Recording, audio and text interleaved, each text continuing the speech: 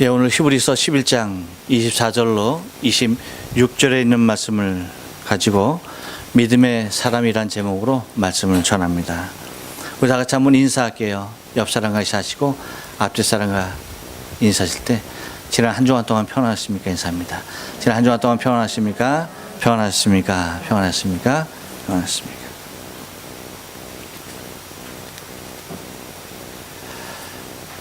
8월 13일, 우리가 15일은 잘 알죠. 광복절, 그리고 일본에서는 또 이제 오봉으로 아주 온 국민이 함께 하루를 쉴 수 있는 날이기도 하죠. 공식적인 공휴일은 아님에도 불구하고 일주일간 휴가 기간이기도 합니다. 그런데 8월 13일은 많은 사람들이 알고 있지는 않지만 8월 13일도 특별한 날임에 틀림이 없습니다. 그것은 세계 왼손잡이의 날입니다. 혹시 왼손잡이 여러분 계십니까? 그 날을 제2의 생일로 생각하시면 아마 좋지 않을까 생각이 되어집니다. 전 세계의 왼손잡이는 약 많게 보면 10%라고 얘기를 해요. 그러니까 한 10명 중에 한 사람은 이제 왼손잡이라고 하는데 우리 대한민국은 왼손잡이가 약 5.8%에 불과합니다. 이유는 한 가지겠죠. 특별해서가 아니겠죠. 천성적으로 왼손잡이로 타고남에도 불구하고 오른손잡이로 이제 부모들이 강요를 하는 것이죠. 저에게 아들이 둘이 있습니다만 한 녀석, 작은 녀석이 왼손잡이입니다. 왼손잡이여서 이 녀석이 딱 연필을 잡고 뭘 할 때 딱 보니까 연필을 왼손으로 잡고 글씨를 쓰려고 하는 거예요. 그러니까 강희의 어머니께서 기겁을 하시고 이 녀석 안 된다 하면서 글씨는 오른손으로 써야 된다 해가지고 글씨 쓰는 거는 오른손으로, 그리고 아마 밥 먹는 것도 오른손으로 먹죠. 밥 먹는 거, 그러니까 글씨 쓰는 것 그리고 밥 먹는 것을 오른손으로 하고 거의 다른 건 또 이제 왼손으로 합니다. 그래서 아마 던지는 것도 왼손으로 잘 던지고 그러는 것 같아요. 그래서 이제 타격에 서서 야구할 때 왼손을 할 거냐 오른손을 할 거냐 할 때에 왼쪽도 치고 오른쪽도 이제 치는 것을 바라보게 되었죠. 그래서 그 아이들이 어렸을 때는 한국에서 그러니까 2, 3학년까지죠. 그 전에 애들을 갖다가 그 때볕 여름에 테니스장에 데리고 가서 레슨을 시켰어요. 그래갖고 아이들 테니스 이제 치는데 왼손잡이 오른손잡이 옆쪽에 두 손으로 이제 어린애들이니까 두 손으로 쳐야 했어서 정확한 걸 잘 몰랐어요. 근데 일본에 와서 같이 또 이제 가족이 함께 할 수 있는 운동 뭐가 있을까? 한번 골프를 같이 해보면 참 좋겠다 싶어서 애에게 이제 야, 넌 골프 클럽을 어느 게 좋겠냐라고 하니까 고개를 갸웃하면서 몰라 그러더라고요. 야, 네가 아는 게 뭐가 있겠니? 그래, 한번 잘 생각해봐. 어느 쪽이 더 낫냐? 그랬더니 오른쪽, 왼쪽, 하더니 왼쪽 선택을 해서 왼쪽 클럽을 준비를 했었던 기억이 납니다. 여러분 혹시 스포츠를 좋아하셔요? 어떤 스포츠 좋아하십니까? 요즘 특히 시즌 중에 있는 스포츠가 있죠. 뭡니까? 야구 좋아하십니까? 여러분 야구 하는 거 보시면 그 야구 선수들은 보면 여러분 야구 하면서 좀 느낀 거 좀 있지 않습니까? 야구 선수들 중에 특별히 운동 선수들 중에 왼손잡이가 많은 거 여러분 혹시 아시나요? 모르겠는데요. 보통 10분의 1이라고 할 때에 뭐 축구 선수가 됐던 다른 운동 선수가 됐던 그렇게 왼손잡이 선수가 차지하는 비중이 그렇게 크지 않습니다. 근데 이 야구에서는 왼손잡이가 차지하는 비중이 굉장히 크죠. 그래서 통계상 약 25%가 왼손잡이라고 얘기를 합니다. 그러니까 상당히 높은 비율이죠. 그러니까 이제 왜냐하면 이 야구라고 하는 운동이 특별히 왼손잡이에게 매우 유리한 운동이 그러니까 유리한 구조로 되어 있죠. 여러분 한번 그 야구장을 한번 연상해 보시겠어요? 야구장을 연상해 보시면 여러분이 이제 내야석에 있다라고 생각하시면 야구장이 이렇게 생겼죠. 홈이 있고 1루가 있고 2루가 있고 3루가 있어요. 그렇죠? 이렇게 돼 있죠. 그러니까 왼쪽으로 이렇게 돌게 돼 있어요. 그러다 보니까 이게 타석이 왼쪽에 있으면은 일루로 살아나갈 수 있는 그 거리가 오른쪽 타석보다 굉장히 좀 더 짧아지죠. 그만큼 짧아지고 거리가 짧아지는 거예요. 그러니까 왼손잡이 선수들이 출루율이 높은 이유가 이제 거기 있는 거죠. 그래서 우리가 잘 아는 이치로 선수도 어떻게 합니까? 왼손잡이죠. 왼손잡이라서 사실 메이저리그의 그 굉장한 대기록을 세우기도 했던 그 이유 중에 하나가 왼손잡이였다는 것.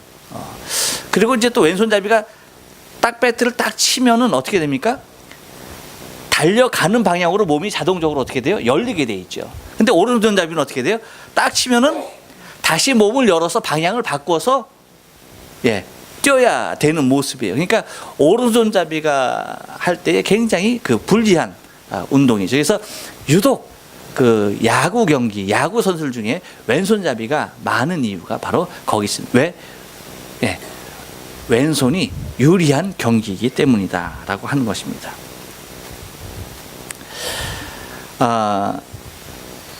그런데 이러한 특정한 부분을 제외하고 다른 모든 부분에 있어서는 왼손잡이가 사실 불편한 모습이 상당히 많이 있는 것을 바라보게 되었죠. 왜냐하면 오른손잡이의 편의 위주로 모든 것이 다 이루어져 있기 때문입니다. 여러분 한번 생각해 보세요. 문고리도 대부분 다 어떻게 해요? 오른손잡이로부터. 그리고 여러분 카메라로 찍어보신 분은 알겠지만 샤타가 어디에 어떤 손으로 찍게 돼 있어요? 다 오른손으로 찍게 돼 있어요. 왼손잡이는 왼손이 더 편하겠죠. 그리고 왼손에 힘이 더 있겠죠. 그러면 왼손으로 접지해서 이게 찍으면 훨씬 날 텐데 이게 오른손이에요. 약한 오른손으로. 그렇죠? 왼손잡이 입장에서는 약한 오른손으로 접지하고 찍어야 한다는 그러한 불편함이 있는 겁니다. 왼손잡이 카메라 보셨어요? 없죠. 그것뿐만이 아닙니다. 우리가 잘 아는 대로 여러분 컴퓨터 자판을 봐도 그래요. 컴퓨터 자판을 봐도 어떻게 돼 있습니까? 중요한 기능들은 다 어느 쪽에 있어요? 왜 오른쪽에 다 있어요. 그래서 오른손잡이가 매우 유리하게끔 되어 있습니다.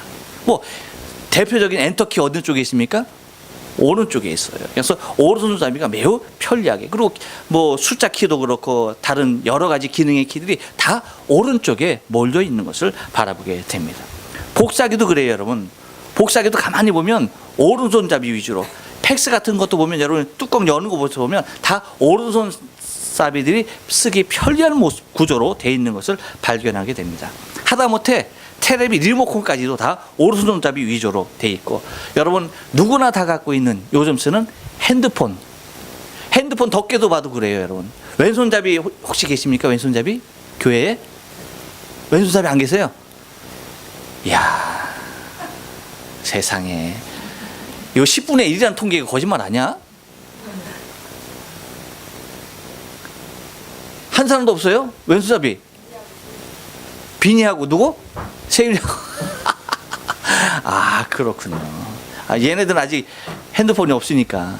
여러분, 핸드폰 뚜껑이 어떻게 돼 있어요? 이 왼쪽으로 열리게 돼 있죠. 그래서 오른손으로 쓰기 편리하게 그렇게 돼 있잖아요.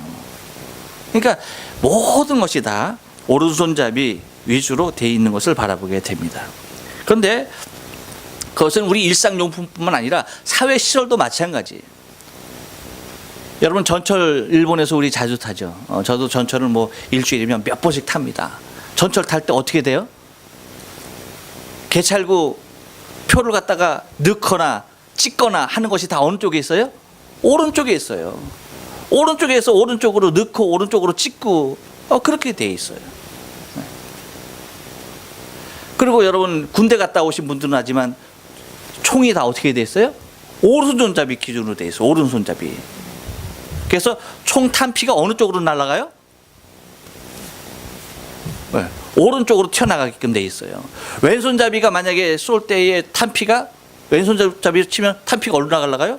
바로 시야 앞으로 날아가기 때문에 매우 불편하고 안 되죠. 그러니까 다 오른손잡이 위주로 오른쪽 방향으로 탄피가 날아가게 돼 있는 것을 바라보게 되죠. 이렇듯이 여러분 어쩌면 우리의 지금 현대를 살아가는 우리는 그냥 모르고 그냥 그런 대로 그냥 살아간다라고 하지만 어쩌면 왼손잡이 입장에서 좀 구체적으로 생각해 보면 상당히 살기 불편한 구조로 되어 있는 것이 일상의 구조요, 사회적인 구조인 것을 바라볼 수가 있습니다. 그런데 이것은 여러분 어쩌면 왼손잡이가 오른손잡이의 구조로 되어 있는 세상을 살아가기가 매우 불편한 것처럼 어쩌면 여러분 우리가 신앙의 모습으로 보면은 믿음의 사람들이 이 세상을 살아갈 때에 어쩌면 왼손잡이가 이 세상을 살아가는 것과 같은 그러한 불편한 모습들이 있는 것을 알 수가 있다는 것입니다. 이렇게 표현하면 어떨까요? 믿음을 가진 사람들은 이 세상을 살아갈 때에 여러분 KTX 타보셨습니까? 똑같은 KTX인데 얼마나 빠르고 편리하고 좋습니까? 그런데 그 KTX를 어느 방향으로 타고 가는 거야? 역방향으로, 순방향이 아닌 역방향의 모습으로 타고 가는 그러한 아주 묘한 불편함들이 자리하는 것을 바라보게 됩니다. 그래서 우리 믿음의 사람들의 삶 가운데 있어서 우리의 믿음을 지키고 나가는 것이 결코 이 세상에서 그렇게 쉽고 편리한 것만은 아니다라고 하는 것을 우리가 바라볼 수가 있습니다. 그럼에도 불구하고 여러분 오늘 본문의 말씀 보면 믿음으로 살았던 사람 한 사람을 소개하고 있습니다. 모세라고 하는 사람입니다. 그의 모습을 보면 그가 자신의 모든 환경을 다 뛰어넘어 믿음의 결단을 가지고 살았던 삶을 우리가 발견해낼 수가 있는데 오늘 똑같은 믿음을 가지고 살아가는 우리의 신앙의 삶 가운데 매우 도전이 되며 귀감이 될 만한 모습인 것을 바라볼 수가 있습니다. 그래서 여러분 우리가 오늘은 믿음의 사람, 이 믿음의 사람은 어떠한 사람인지 좀 본문을 통해서 알아보면서 은혜를 나누기를 원합니다. 한번 따라서 합니다. 믿음의 사람은 영리로 세상을 삽니다. 24절 말씀 보니까 이렇게 얘기해요. 믿음으로 모세는 장성하여 바로의 공주의 아들이라 칭함을 거절했다라고 얘기하고 있습니다. 여러분 어려서 필요한 것과 장성해서 필요한 것이 있어요. 오늘 본문에 보니까 믿음으로 모세는 장성하여 이제 성인이 된 그 이후의 모습을 그려내고 있는 것을 바라보게 됩니다. 여러분 어려서 필요한 것은 무엇이 필요할까요? 놀아줄 친구 그리고 가지고 놀 장난감만 있으면 돼요. 이것만 있으면 아이 때는 부족한 것을 모르고 살아갑니다. 하지만 장성한 사람이 되어서는 무엇이 필요합니까? 친구가 필요한 것도 아니고 장난감이 필요한 것도 아닙니다. 단 한 가지가 필요합니다. 성공이라고 하는 것. 성공이라는 사실 그 하나만 필요할 뿐. 왜? 그 성공이라는 것 하나만 있으면 모든 것, 그렇게 원하는 친구도 얼마든지, 그리고 가족도, 그리고 자기가 갖고 싶은 모든 것을 다 누리며 살아갈 수가 있다는 것이죠. 그러기에 수없이 많은 사람들은 다 어디를 향하여서 달림질하고 있습니까? 성공이라고 하는 것을 향하여서 다름질하고 있다는 것입니다. 그런데 생각해 보십시오. 모세는 모든 사람들이 그곳을 향하여서 달려가고 있는 것입니다. 어느 자리? 모세의 자리. 모든 사람들이 모세가 앉은 그 자리, 어쩌면 성공의 대표적인 가장 표면적인 그곳을 향하여서 달려가고 있는데 모세는 그 자리를 내려오고 있다는 거예요. 많은 세상 사람들은 그 자리를 향해서 달려가는데 모세는 오히려 그곳에서 자기 자신을 내려드리는 것을 바라보게 된다는 것입니다. 여러분 장성한 사람이 성공을 포기하고 초야로 돌아간다는 것이 결코 쉬운 일이 아닙니다. 그렇게 간단한 일이 아니라는 것이. 차라리 아이들에게는 무엇인가 새롭게 시작한다는 것은 얼마든지 가능합니다. 그래서 아이들이 가장 재밌게 하는 것이 뭐예요? 소꿉놀이, 장난감 가지고 노는 것. 얼마든지 가능합니다. 어른들을 여러분 그거 갖고 놀기 좋아합니까? 아니에요. 절대 어른들은 소꿉놀이 하면서 노는 것을 좋아하지 않습니다. 왜? 전혀 적성에 맞지 않아요. 아이들은 무엇이든지 다 갈아엎고 새롭게 시작할 수 있는 마음의 준비가 되어 있는, 무엇이든지 수용할 수 있는 때입니다. 그렇기 때문에 아이들은 서로 아빠가 되기도 하고 엄마가 되기도 하고 동생이 되기도 하고 형제가 되기도 하면서 소꿉놀이 하면서 재밌게 잘 놉니다. 하지만 장성한 사람에게 있어서는 이것만큼 어려운 일은 없다는 것이죠. 새로운 환경을 부딪혀야 하는 그러한 모험만큼 위험한 것은 없다는 것입니다. 새로운 환경에서 새로운 것을 도전한다는 것만큼 힘든 일은 없다는 것입니다. 그런데 더군다나 장성한 사람이 완벽한 그 자리에서 그것을 뿌리치고 평범한 사람들의 자리에 내려앉는다라고 하는 것은, 그것은 거의 불가능한 일이 아닐 수가 없다는 것입니다. 여러분, 요즘 현대인들에게 건강에 대한 관심이 많아지죠. 그래서 좋은 영양 밸런스와 더불어서 운동을 필수적으로 하라고 권하고 있는 것을 바라보게 돼요. 그래서 운동을 한 가지 이상씩 하는데, 그래도 가장 쉽고 간단하게 할 수 있는 운동이, 그리고 가장 좋은 운동이 걷기라고 그러네요. 그렇죠? 달리는 것보다 더 좋은 것이 걷기라고 그래요. 그래서 일정 거리를 걷는 것, 그러면 사람에게 있어서 그 모든 신체 기능이 다 원활하게 회복이 된다는 거예요. 그러니까 걷는 것이 매우 중요하다는 겁니다. 근데 걷는 것 중에서도 이렇게 정상적인 걸음보다는 이렇게 뒤로 걷는 걸음이 또 매우 우리 건강에 좋다고 그래요.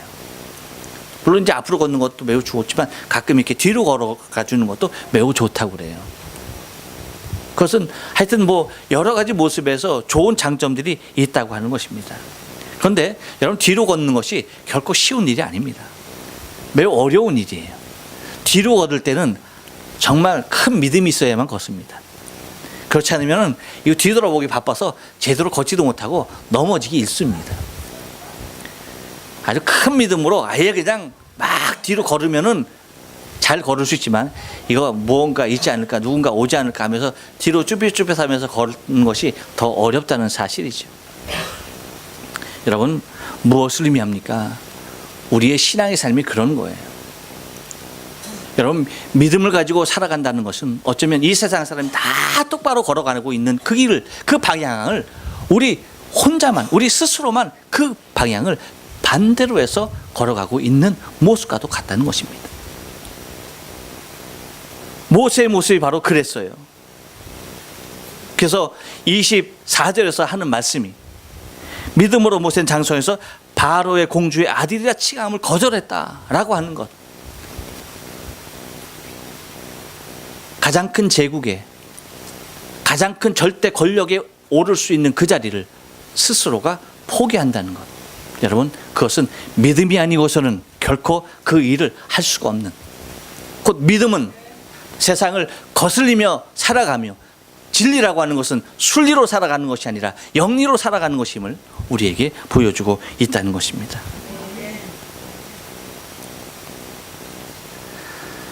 또 하나, 여러분, 믿음의 사람들의 삶의 모습은 어떠해야 합니까? 한 번 더 따라서 합니다. 개인의 삶보다 공동체를 우위에 둡니다. 예, 그렇습니다, 여러분. 25절 말씀 보니까 그렇게 얘기해요. 도리어 하나님의 백성과 함께 고난받기를 잠시 죄악의 낙을 누리는 것보다 더 좋아하고 라고 얘기합니다. 세상의 풍조가 어떻다고요? 나만 잘 되면 되는 세상입니다. 그런데 내가 아닌 우리가 잘 돼야 된다라는 생각을 갖기가 매우 힘든 세상입니다. 그런데 믿음의 사람은, 대다수의 사람이 어려운 일을 당하는데 자신만이 낙을 누리고 있다라고 하는 것을 무엇으로 생각하는 것입니까? 죄악이라고 생각하는 사람들이 믿음의 사람입니다. 모든 사람이 힘들어하고 아파하는데 나 혼자 편하게 사는 것, 그것은 죄악이다라고 하는 것이죠. 그런데 여러분, 세상의 사람들이 그렇게 생각할까요? 아니죠. 그렇게 생각하지 않습니다. 복이라고 생각합니다. 복 중에서도 아주 큰 복이라고 생각합니다. 그런데 우리가 그런 복을 구해요. 세상 사람들이 복이라고 생각하는 것을 우리가 복으로 알고 그런 것을 구하고 있다는 것입니다. 근데 주님께서 하신 복은 어떤 것이 복이라고 말합니까? 그것이 복으로 얘기하고 있지 않아요. 가난한 것이 복이라고 얘기합니다. 고난받는 것이 복이라고 얘기합니다. 굶주리는 것이 복이라고 얘기합니다.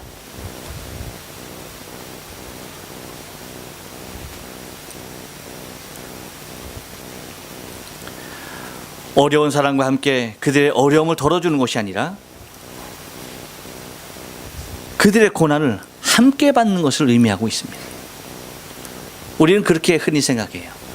누군가가 어려움을 당하면 내가 거기에 동참해서 그 어려움을 덜어준다라고 생각합니다. 그렇죠? 믿음은, 진정한 믿음은 그 개념이 아니에요. 내가 그게 당하는 고통을 덜어줄 수 있는 것이 믿음이 아닙니다.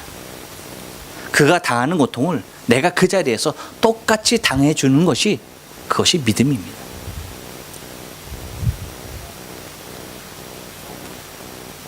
모세를 보십시오. 하나님의 백성과 고난받기를 잠시 죄악의 낙을 누리는 것보다 더 좋아했다. 고통당하는 백성들인데 내가 낙을 누린다는 것은 죄악이요. 내가 그 낙을 버리고 그들에게 간다는 것은 그들의 고통을 덜어주는 것이 아니라 그들의 고통 가운데 나도 함께 내려간다는 것을 의미합니다.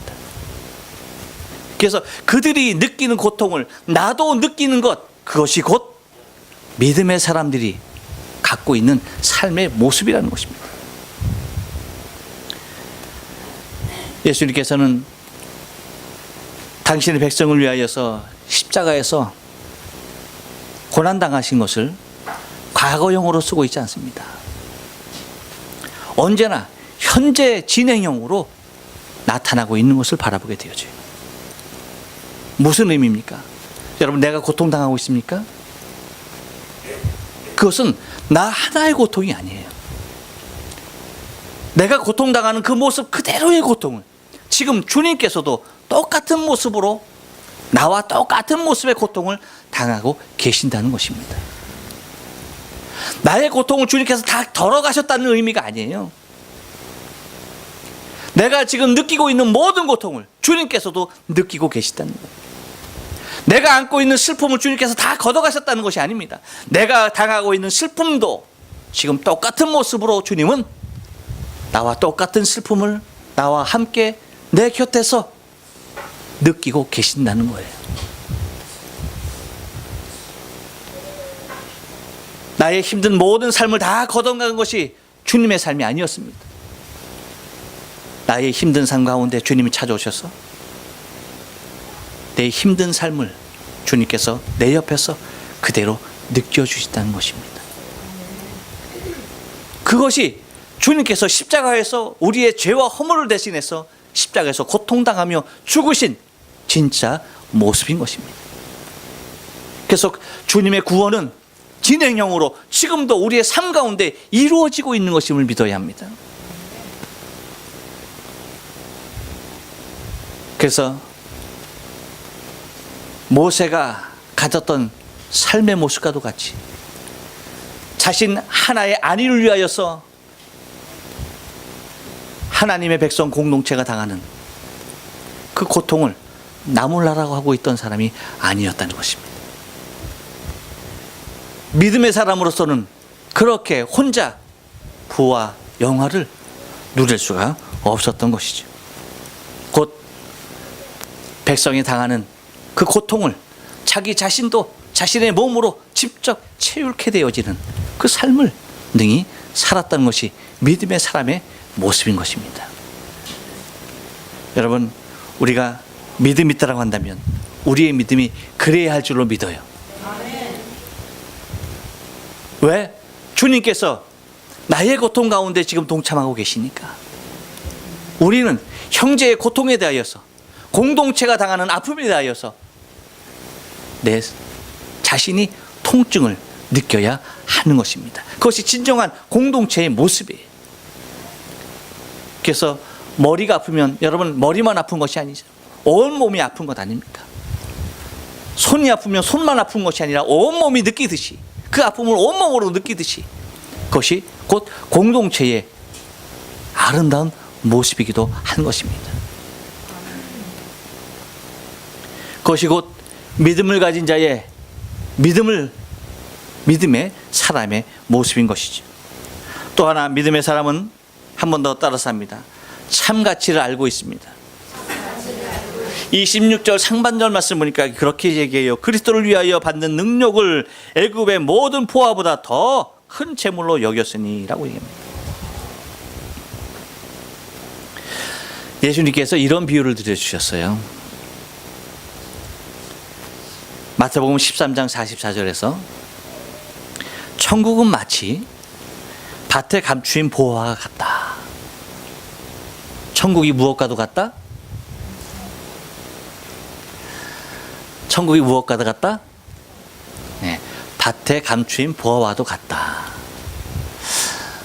네, 잠깐 외출 다녀오셨죠? 네, 어서 오세요. 네, 그래요. 천국은 마치 무엇과도 같다? 네, 밭에 감추인 보화와도 같다. 네. 저는 자꾸 생각이 외출 나가면 안 됩니다. 그 습관되면 이상한 사람 됩니다. 네. 이 얘기가 뭐냐면 옛날에 유대인은 뭐 옛날에 어디에나 그렇겠지만 지금이야 은행이라는 금융기관이 있어서 자신의 보화 재산을 갖다가 은행에다가 의탁을 해서 이제 관리를 하죠. 그런데 옛날에 뭐 은행이 없다 보니까 자신의 금은보화 이 재산을 갖다가 이 도둑으로부터 안전하게 지킬 수 있는 장소가 필요했던 것입니다. 근데 집안에 둔다는 것은 매우 위험했어요. 왜? 도적이 들어서 한번 털어가면 다 털리는 거예요. 평생 모아놓았던 재산 다 한순간에 다 날아가는 것입니다. 그러다 보니까 이 보화를 지키려고 하다 보니까 어떤 방안이 필요한 것입니까? 아무도 모르는 곳을 선택하지 않을 수가 없었다는 것이죠.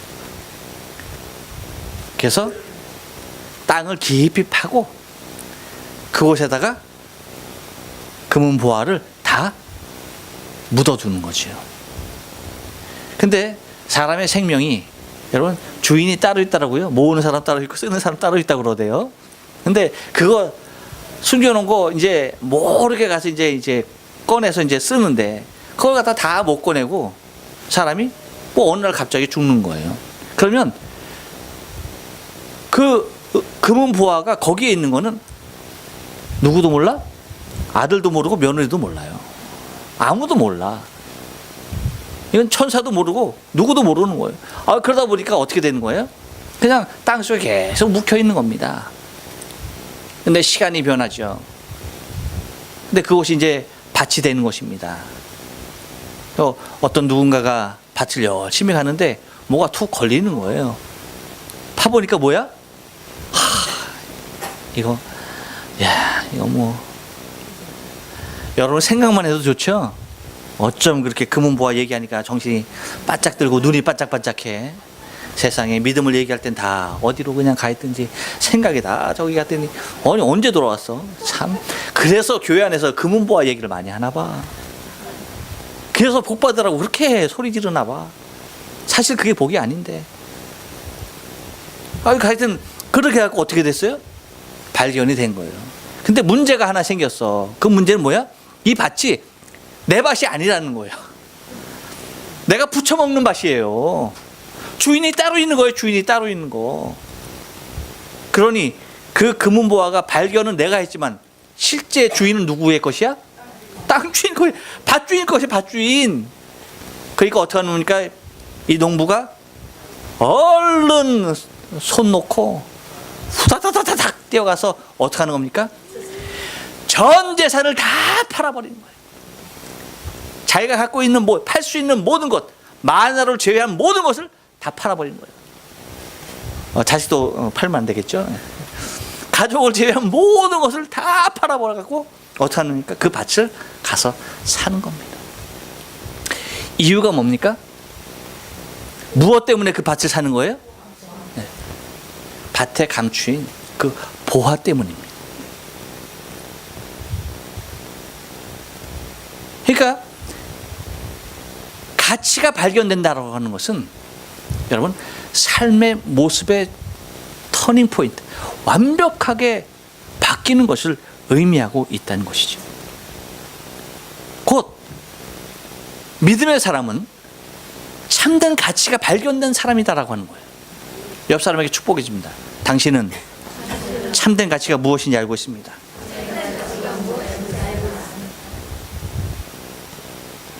무엇에 목숨을 걸어야 하는지, 무엇을 위하여 살아야 하는지, 내가 지금 무엇을 위하고 있는지에 대한 그 분명함을 깨닫고 있는 사람이라고 하는 것입니다. 근데 그것은 믿음이 아니고서는 발견할 수 없는 보화라고 하는 것이죠. 믿음으로 그리스도를 발견한 자들만이 결단할 수 있는 축복이며 참 가치의 발견이라고 할 수가 있다는 것이죠. 가치를 알 때에 잘 간직하게 되는 것입니다. 가치가 발견되지 아니하면 여러분 개밥 그릇에 지나지 않아요. 옛날 여러분 골동품을 찾아다니는 사람들이 시골로 다니면서 뭐만 쳐다봤어? 개밥 그릇만 쳐다봤어요. 개밥 그릇만. 그리고 그 개밥 그릇 대신 이거 새로 나온 현대 물품 양재기 같은 거 주면서 어떻게 하는 겁니까? 바꾸자고로 하는 겁니다. 그러니까 볼 때에 아주 그냥 스텐 같은 거 그냥 하고 번쩍번쩍한 거, 야 이거 개밥 그릇이 아니라 우리가 써야지 하고 개밥 그릇 다른 거로 주고, 그리고 개밥 그릇 어떻게 주는 거? 주는 거죠. 근데 그 개밥 그릇이 뭐예요? 보물입니다. 보물. 돈으로 헤아릴 수 없는 골동품인 것이에요. 누가 아는 것입니까? 가치가 발견되지 않으면 아무리 중요한 것이라고 할지라도 여러분 개밥 그릇에 불과한 것입니다. 믿음의 가치를 알아야 합니다. 믿음의 가치는, 여러분 믿음이라고 하는 것은 그냥 아무 것과 바꿀 수 없는 것이에요. 바로 모세는 참 가치를 알고 있었습니다. 그래서 그리스도를 위하여서 능력받는 것, 내가 그리스도를 위하여서 고난받는 것, 그것이 애굽에서 지가 왕자로 누릴 수 있는 모든 부하보다 더 큰 재물로 여겼더라.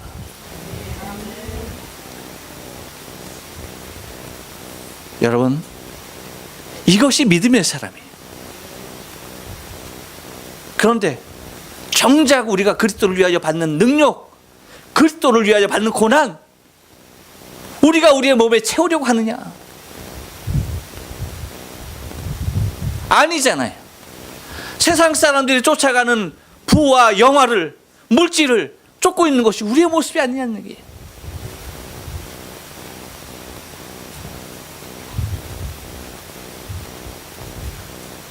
여러분 확신해야 합니다. 분명히 선을 그어야 합니다.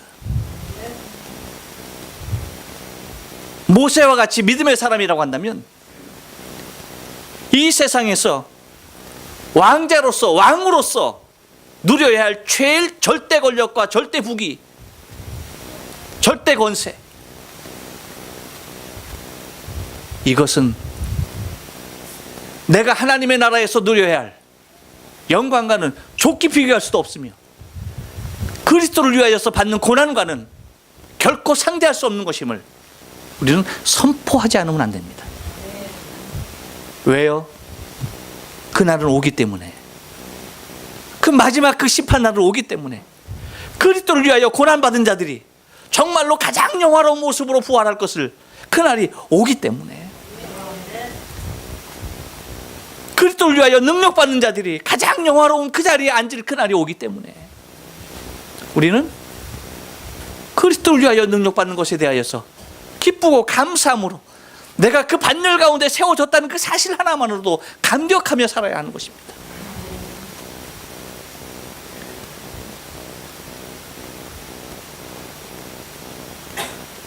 오늘 아침 신문에 보니까 로또 1등 4명이 54억 원씩 타갔더라고요.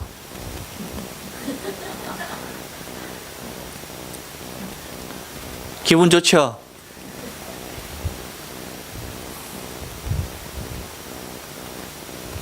소망이 있죠? 매주 로또 그래도 7명에서 한 10명 사이 꼭꼭 이렇게 있으니까 위로가 됩니까? 여러분, 그것이 우리의 위로가 아니에요.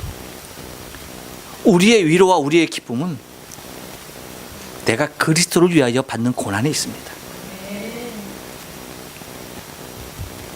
내가 무엇이간데 그분이 받아야 할 고난을 대신해서 그분이 받는 그 이름을 위하여서 그분의 일을 위하여서 내가 그 고난 가운데 있을 수 있던가라고 하는 거예요.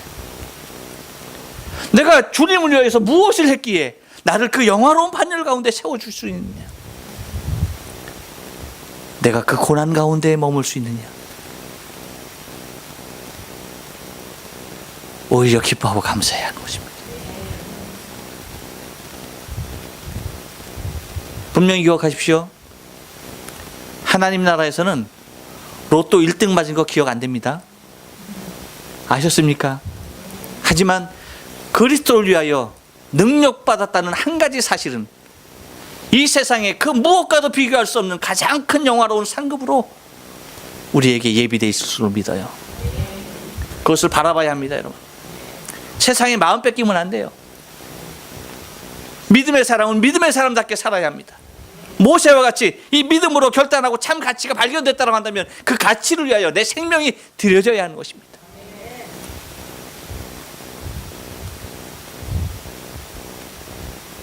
여러분, 하나님의 나라가, 천국이 여러분의 전 재산을 이 땅에서 다 팔아서 살 만한 가치가 있습니까?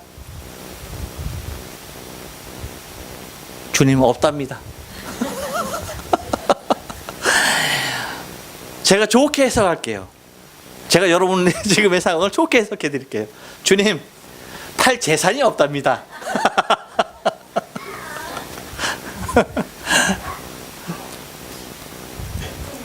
말이 어려웠습니까?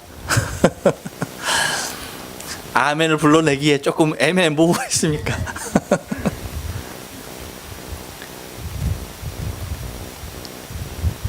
여러분, 천국은 내 재산을 다 팔아서라도 반드시 소유해야 할 것입니다.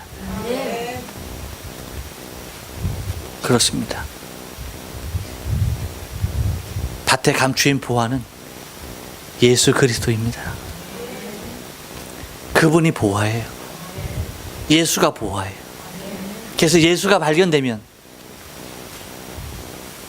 천국을 소유한 것입니다.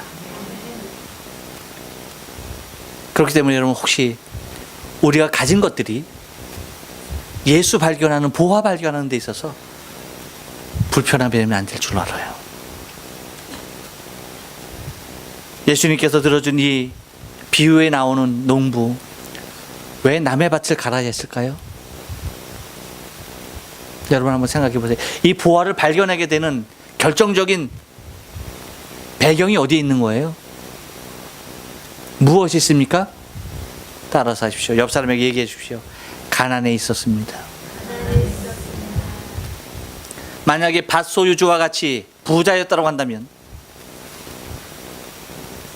그냥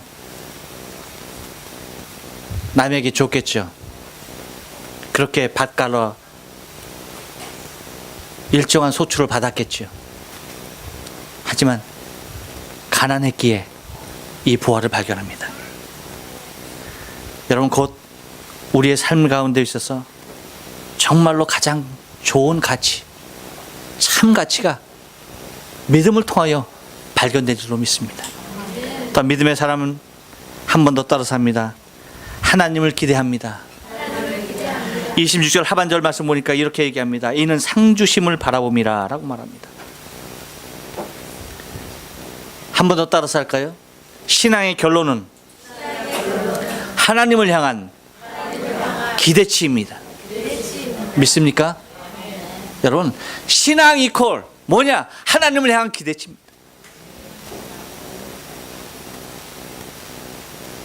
하나님을 향해서 어떤 기대치를 갖고 있느냐? 이것은 그 사람의 신앙을 얘기하고 있습니다. 하나님을 향한 어떤 기대치가 있느냐? 그 사람의 믿음에 해당하는 모습이에요. 여러분, 내세의 소망 무엇입니까? 하나님을 향한 기대치입니다. 절대 기대치입니다. 내세의 상급 무엇입니까? 하나님을 향한 기대치예요. 내세의 영원한 생명 무엇입니까? 하나님을 향한 기대치인 것입니다. 이 모든 것이 다 하나님께 있기 때문에 하나님을 향한 기대치, 그것이 곧 우리의 믿음이라고 하는 것이죠. 우리가 하나님 앞에 받게 될 상급 기대하고 있습니까? 믿음의 사람 모세는 이것이 기대되기에 그는 왕자의 자리도, 부귀의 자리도, 권세의 자리도, 영화의 자리도 다 내려놓고 하나님의 백성과 함께 내려가서 고난을 받을 수가 있었던 것입니다. 상 주시는 일을 바라볼 때에 하나님이 내게 상 주시는 분일 것이고, 내가 그리할 때에 애굽에서 누리는 영화보다도 더 비교할 수 없는 상급이 나를 위하여 준비된 것을 믿을 때에, 상 주시는 그 상급을 바라볼 때에 여러분, 신앙은 달라지게 되어 있습니다. 우리의 신앙의 삶 가운데 평생의 삶을 하나님을 향한 기대가 끊어지지 않길 바라요. 날마다 하나님을 기대하시기 바랍니다. 오늘도 우리의 삶 가운데 복을 주시는 하나님, 오늘도 우리의 삶 가운데 위로와 축복을 더하시는 하나님, 오늘도 우리의 삶 가운데 평강을 주시는 하나님께서 영원한 하나님의 나라에서 우리의 믿음을 통하여서 차지하게 될 저 천국에서 하나님은 우리의 기대치의 전부임을 믿습니다. 그러므로 여러분, 모세가 상 주심을 바라볼 때에 모든 것이 포기될 수 있었듯이 믿음의 사람은 하나님께서 상 주시는 것, 그 상급을 바라보면서 이 땅에 어려운 삶, 고통의 삶, 그리고 힘든 삶, 그리고 슬픈 삶까지도 견디며 이겨내며 참으며 살아갈 수가 있는 것입니다. 그것이 진정한 믿음의 사람들의 모습입니다. 기도하십니다.